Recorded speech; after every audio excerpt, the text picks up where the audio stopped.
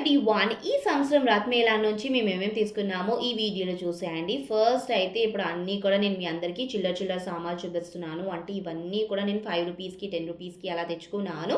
ఇందులో వుడ్‌ది ఒక దువ్వెన ఉండింది కదా! అది మాత్రం నేను 40 రూపీస్‌కి కొనుక్కున్నా. అండ్ మెయిన్‌లీ మేము రథమేళాలో ఏం తీసుకుంటాము అంటే మట్టితో చేసే బొమ్మలు ఉంటాయి కదా! అవైతే ఖచ్చితంగా తీసుకుంటాము. ఈ రాధాకృష్ణుల బొమ్మ వచ్చేసి మాకు 250 చెప్పారు.